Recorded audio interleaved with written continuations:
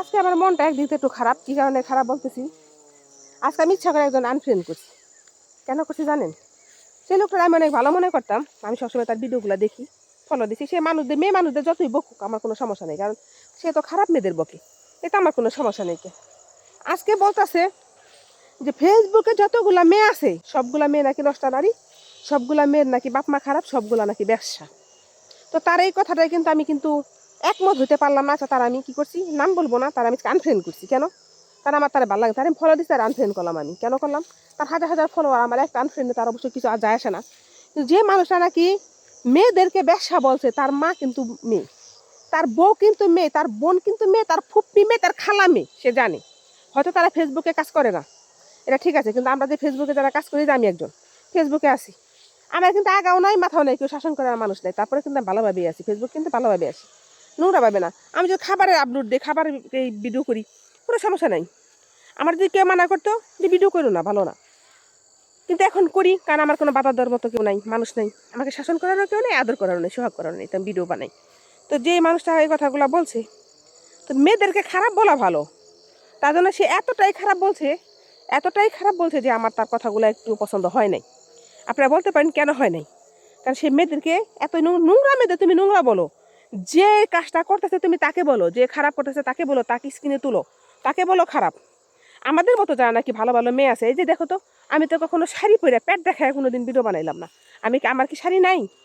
আমি কি ফকিন্নি? আমার কি না, আমার জানো আমার কত শাড়ি আছে, আমি পরতে পারি না, পরি।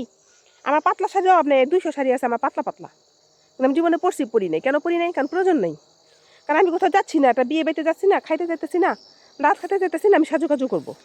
তো এরকম একটা বিষয়, আমি যেভাবে থাকি নর্মালি, বাসায় যেরকম নর্মাল ড্রেস পরি, ওই ড্রেসগুলো পরে আল্লাহর রহমতে আমি ভিডিওগুলো আপলোড দিই। তা আমার মতো এরকম অনেক বোনেরা আছে যারা নাকি সাধারণভাবে ভিডিও বানায়, আমি দেখছি, খুব সাধারণ। তো তুমি তাদের তুলে কেন বলবা যে ফেসবুকে যারা আছে তারাই নষ্ট নারী?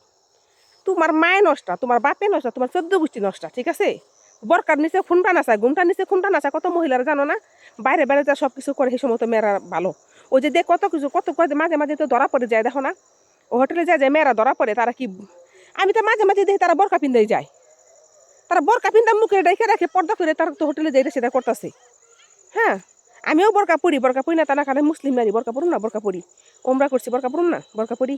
তবে হ্যাঁ, এই যে আজকে যে ভিডিওটা করতেছি, এটা আমি জিদ্দে করতেছি। কি কারণে কইতাছি কথাটা? যে আমরা দুষ্টুমি করি, ঠিক আছে, তুমি কেন ফেসবুকে সকল মেয়েদেরকে, অনেক মেয়েরা আছে খাবারের ভিডিও বানায়, অনেক মেয়েরা আছে যে আমাদের মতো ভালো বাচ্চাদের ভিডিও বানায়, ভালো ভিডিও বানায়, তাদেরকে তুমি নষ্ট নারী কেন বলবা?